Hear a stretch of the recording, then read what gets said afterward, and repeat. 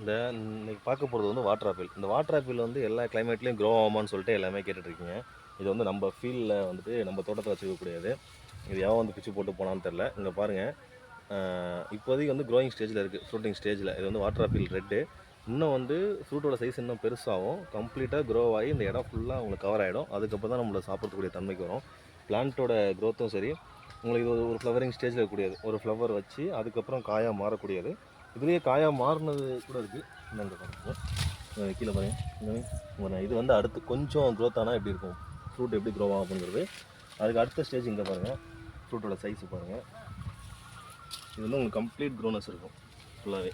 இங்கே கீழே பாருங்கள், இது பிளான்ட் 1 இயர் கூட ஆகலன்னு நாங்கள் வச்சு.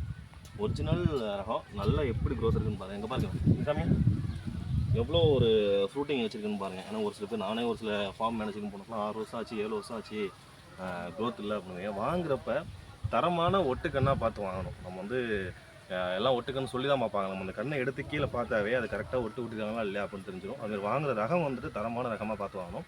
இதை நம்ம கரெக்டாக பண்ணிட்டோம்னாவே உங்களுக்கு வந்து அடுத்து எத்தனை இது வந்து ஃப்ளவரிங் வைக்குது, எவ்வளோ இதுவும் ஆல்ரெடி வந்து ஃப்ரூட் வச்சிருக்கு. இந்த ஸ்டேஜுக்கு நம்ம 1 இயர்லேயே நம்மளுக்கு தேவையான ஃப்ரூட்டு ஃபுல்லாகவே எடுத்துக்கலாம். இதேமாரி வாட்டர் ஆப்பிள் பிளான்ட் வேணுங்கிறவங்களும் நம்ம நர்சரி கான்டாக்ட் பண்ணுங்கள். உங்களுக்கு வந்து எம்எஸ்எஸ்ல வேணாலும் போட்டு வரோம். அப்படி இல்லை ஏக்கர் கணக்கில் வைக்கணும், நம்மளே பிளான்டிங் பண்ணி தரோம்.